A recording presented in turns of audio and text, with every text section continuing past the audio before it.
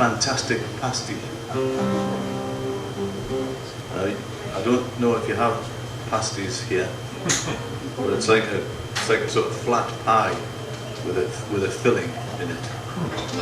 And at the main railway station where I live, there is a stall that sells these pasties, and they are indeed fantastic.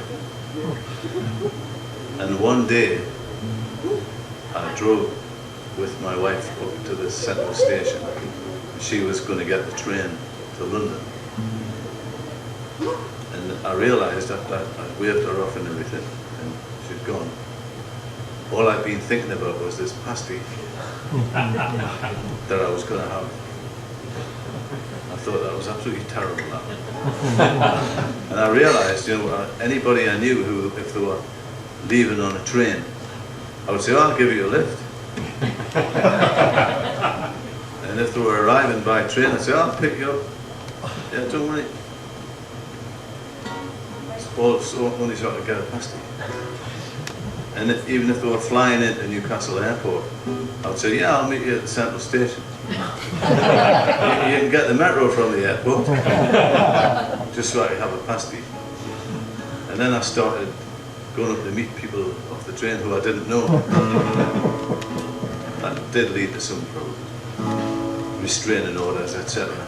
But anyway, I decided to write a song about this pastie. Now, one or two of my friends in the UK are novelists. They take ages to write anything, and they're always going on about it instead of just getting on with it. You know. And they talk about this technique called the back narrative, where you have somebody sitting over there writing something down, somebody sitting over here with a dog, somebody's over there drinking red wine, whatever. And from that you can deduce the whole picture. Well, that's what they reckon. And I thought, if I'm going to write a song about a pastie, it's going to have a back narrative. Because once you've dealt with the crust and the filling, there's not really much else to talk about. You know? So you have to pick up on the back narrative. Yeah. I should give me a sign saying I've picked up on the back narrative, but I haven't got any left. Anyway, some of this is in broad Geordie dialect. That's the way we speak at home, but best of luck.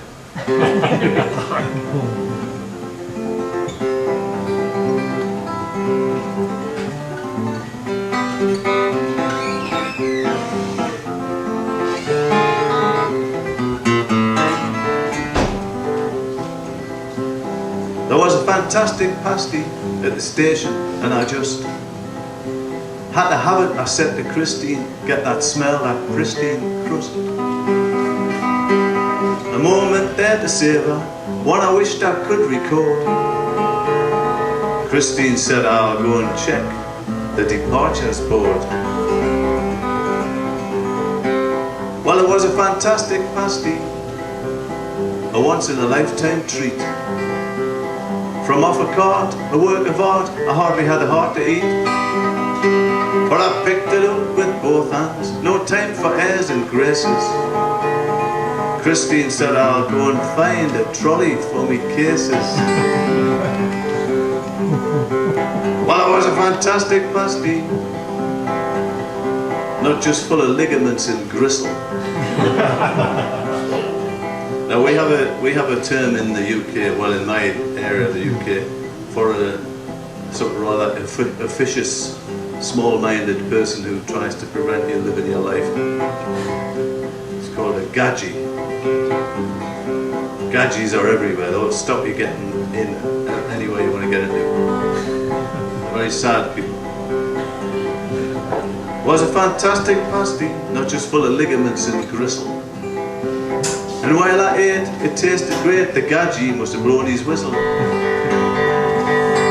I realised I was alone, potentially bereft. I could have gone chasing after her, but I still had a little bit left. Well, it was a fantastic pastie, nobody could deny it. I'd offered her a bite, but she was on the Atkins diet. I ran down to the platform, I could see her from the back, struggling with luggage, trying to get it on the rack. Well, it was a fantastic pastie, not one bit went to waste. I ate every crumb and then succumbed to the scrumptious aftertaste.